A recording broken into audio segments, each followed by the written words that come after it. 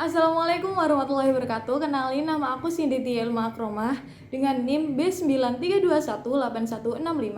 Dalam kesempatan kali ini aku ingin memperkenalkan kepada teman-teman semua mengenai Pondok Pesantren Modern Al-Amanah yang terletak di Desa Junwangi, Kecamatan Krian, Kabupaten Sidoarjo. Sejarah berdirinya Pondok Pesantren Modern Al-Amanah Desa Junwangi, Kecamatan Krian, Kabupaten Sidoarjo. Bermula pada tahun 1982, di Desa Mojosantren, ada seorang pemuda yang bernama Nurkholis Misbah. Nah, Nurkholis Misbah ini memiliki sebuah mimpi, yaitu beliau ingin membangun sebuah Islamic Center atau pusat pengembangan Islam di Desa Mojosantri. Hal ini diutarakan Nurkholis ke masyarakat Desa Mojosantren. Mengetahui ide itu, masyarakat sangat antusias mengingat bahwa dulunya Desa Mojosantren ini dikenal sebagai desa santri sebelum industri menyerang. Langkah pertama yang dilakukan Nurkholis selain beliau mengadakan beberapa kegiatan dengan warga masyarakat untuk membahas mengenai arah dari Islamic Center ini nanti kemana, kegiatannya apa saja, beliau juga menghubungi langsung tokoh-tokoh masyarakat di Desa Mojosantren. Dalam waktu singkat, suasana keagamaan di Desa Mojosantren sangat terasa. Pembangunan gedung juga mulai terrealisasi. Mengingat masyarakat yang sangat antusias, jadi mereka dalam memberikan donasi itu tidak tanggung-tanggung. Namun, tak terduga, dalam proses pembangunan Islamic Center tadi, ada perbedaan cara dalam membangun dan mengembangkan pusat Islamic Center antara idealisme dari Nurkholis dengan idealisme dari tokoh-tokoh masyarakat tadi. Karena kejadian ini, akhirnya ada kesalahpahaman yang membuat masyarakat akhirnya marah kepada Nurkholis dan memutuskan untuk tidak lagi memberikan masukan dana kepada pembangunan ini. Setelah mengetahui hal itu, akhirnya Nurkholis memutuskan untuk hijrah ke desa seberang. Yang lebih tepatnya pada tahun 1987, akhirnya Nurkholis hijrah ke Desa Junwangi yang letaknya 1 km dari Desa Mojosantren. Desa Junwangi sendiri itu sangat 180 derajat berbeda dari Desa Mojosantren. Desa Junwangi dikenal sebagai tempat perjudian karena masyarakatnya sendiri itu masyarakat yang minim dengan pengetahuan agama. Kegiatannya tidak lain dan tidak bukan selain berjudi. Mereka juga suka mabuk-mabukan. Terus para pemudanya juga pengangguran karena terlalu sering cangkruk. Hal ini membuat Nurkholis melakukan cara yang berbeda untuk mewujudkan mimpinya. Kalau yang dari Desa Mojosantren tadi, beliau kan melakukan banyak kegiatan, terus diskusi dengan tokoh-tokoh masyarakat. Tapi kalau di Desa Junwangi, beliau memulai kegiatannya dengan cara ikut bergaul dengan masyarakat, seperti ikut bermain catur, ikut nongkrong dan ngobrol dengan para pemuda.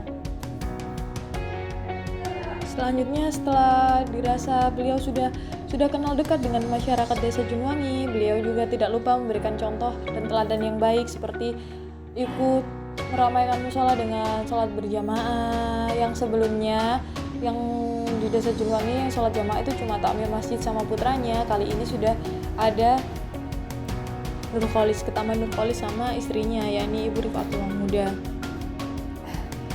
Ya, lambat laun warga masyarakat sudah mulai mengikuti jejak beliau, yakni sholat jamaah di musola. Mengetahui bahwa musola sudah mulai hidup, akhirnya beliau memutuskan untuk mengadakan pengajian untuk anak-anak kecil di Desa Junwangi. Awalnya sangat kondusif, tapi mengingat bahwa yang daftar sudah mulai banyak, akhirnya beliau memutuskan untuk pengajiannya dipindahkan ke kontrakan beliau. Di rumah kontrakan beliau yang cukup sederhana, beliau bersama istrinya yakni Ibu Rifatullah Muda mulai menerima santri putri anak tetangga dan mengaji Al-Quran. Sedikit demi sedikit mulai ada beberapa anak tetangga lainnya yang ikut mengaji. Melihat semakin banyak anak yang datang, mulailah beliau mengumpulkan dana untuk membangun tempat yang digunakan untuk mengaji. Sedikit demi sedikit beliau mengumpulkan dana untuk membeli batu bara dan pasir. Langkah kecil tahap demi tahap telah beliau lalui, hingga berhasil untuk membangun sebuah pondasi pada tanah wakaf yang diberikan oleh salah satu warga desa Junwangi. Seiring berjalannya waktu, 2 ruang kamar telah berupa bangunan. Satu ruang digunakan untuk langgar dan satu lainnya digunakan untuk asrama. Hanya berbekal dari dua santri, Kiai Haji Nurkholis Misbah mulai menegaskan langkahnya dengan meresmikan dan mendaftarkan pondok pesantren yang beliau bangun. Tepatnya pada bulan Agustus tahun 1922.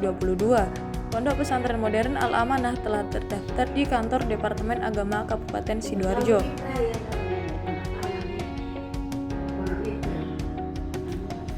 Peresmian Pondok Pesantren Al-Amanah ditandai dengan diadakannya sebuah pengajian umum sebagai simbol peresmiannya. Ketika itu beliau mendatangkan Ibu Uci Nurul Hidayati dan Kiai Haji Soleh Qasim sebagai penceramah. Sementara itu, untuk merumuskan karakter pesantren yang beliau rintis, beliau mengunjungi banyak pesantren untuk menentukan bentuk pesantren apa yang akan beliau bangun. Dari banyak pesantren yang telah beliau kunjungi, akhirnya beliau memutuskan untuk berkiblat pada pesantren modern. Modern dalam hal ini mempunyai arti bahwa pesantren yang beliau dirikan adalah sebuah pesantren yang cara berpikirnya lebih terbuka dan lebih bisa menerima sesuatu hal yang baru. Di samping itu, alasan beliau memilih bentuk pesantren modern karena di daerah Sidoarjo pada saat itu kurang adanya persaingan sehingga lebih banyak peluang untuk bisa berkembang secara pesat. Hal ini terbukti dari jumlah santri yang semula hanya 2 santri, sekarang menjadi kurang lebih 1.500 santri. Dengan segala upaya dan usahanya, beliau kini berhasil mewujudkan cita-citanya yang mulia dan luar biasa. Kali ini mau tanya-tanya, kamu kan pernah mondok ya? Kalau boleh tahu pondoknya apa namanya sih? Al-Amanah, Pondok Pesantren Modern Al-Amanah. Di daerah Junwangi, Krian. Oh, Krian. Terus selama di sana kegiatanmu kayak apa? Ada apa ya kegiatan lo pondok? Ya kebiasaan kalau misalnya santri ya pasti ya ngaji, terus sama kegiatan paling bersih-bersih, terus baca kitab, terus taklim sama Ustadz Ustadzah sama Pak Yai juga, terus sekolah pasti juga gitu sih. Oh, ada sekolahnya dulu? Sekolahnya sendiri di pondok sendiri, terus ada sekolah SMP, SD juga ada, cuma nggak pondok sama sekolah madrasah aliyah. Kamu sih madrasah aliyah MA-nya. Terus kayak apa, selain dari kegiatan di pondok yang resmi, kamu ikut kayak organisasi di luar kegiatan resmi atau gimana? Kalau kegiatan pondok sendiri kan pasti ada yang wajib gitu sih, tapi kebanyakan wajibnya sih kayak misalnya muhadharah itu namanya kayak pidato bahasa Arab sama bahasa Inggris, itu namanya muhadharah setiap minggu biasanya. Terus ada apa namanya kayak language gitu loh, kayak apa ya namanya, lupa aku. Kayak itu tiap pagi biar kita tuh selalu ingat, biar kita kayak nambah vocab, nambah bahasa Arab sama bahasa Inggrisnya juga, soalnya keseharian kita di sana itu harus pakai bahasa Arab sama pakai bahasa Inggris. Jadi 2 minggu bahasa Arab, 2 minggu bahasa Inggris, tapi setiap hari Minggu harus pakai bahasa Jawa alus gitu. Terus kegiatan yang lainnya kalau SMP cuma belajar gitu, atau kegiatan banjari kayak misalnya ekstrakurikuler yang pondok itu ada banjari. Terus kayak kalau yang wajibnya SMA itu biasanya anak madrasah aliyahnya itu pasti ngurus santri yang lainnya, ngurus keseluruhan pondok, namanya kan Dewan Santri tadi, Dentri. Jadi mereka yang ngurus semua kegiatan yang ada di pondok, ngurus anak-anaknya, ngurus pondoknya, bersih-bersih juga diatur dari mereka, jadwal dari mereka, tapi nanti yang ngerjain santri. Jadi mereka cuma ngatur sama bantu-bantu, terus nyelesain yang emang harus kayak mereka yang nyelesain gitu loh, santrinya nggak bisa. Kamu masuk ke Dentri tadi? Kan kalau Dentri itu wajib di kelas 2, jadi kalau setiap kita kelas 2 SMA itu harus pasti dilantik buat jadi Dentri. Kalau misalnya kalau di sekolah biasa kan namanya OSIS, kalau di pondok itu namanya Dentri. Jadi dia dilantik, terus nanti ada bagian sendiri, departemennya sendiri-sendiri, ada bagian dapur, bagian keamanan, bagian tarbiyah, bagian pokoknya yang lainnya sendiri-sendiri. Jadi mereka nanti ada ngurus tugasnya sendiri-sendiri gitu. Terus setelah dari pondok kamu ngerasa kamu mendapatkan apa?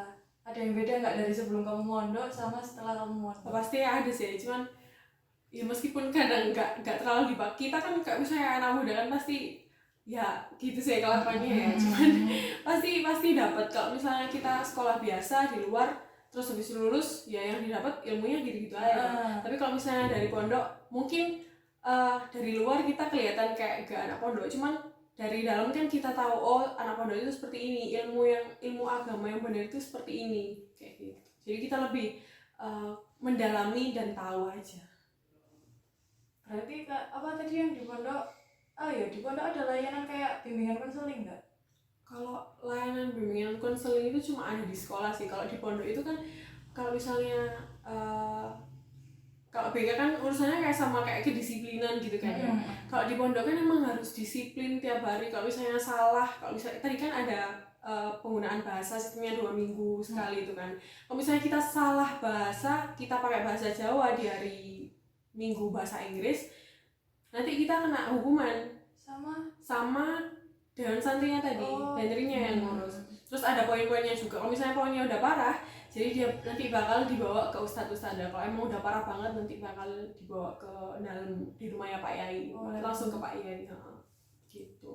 Kok BK cuma ada di sekolah doang, BK namanya. Tapi kalau di pondoknya udah diurus sama ustadz dan sama santrinya tadi. Oke, makasih ya sih buat informasinya udah.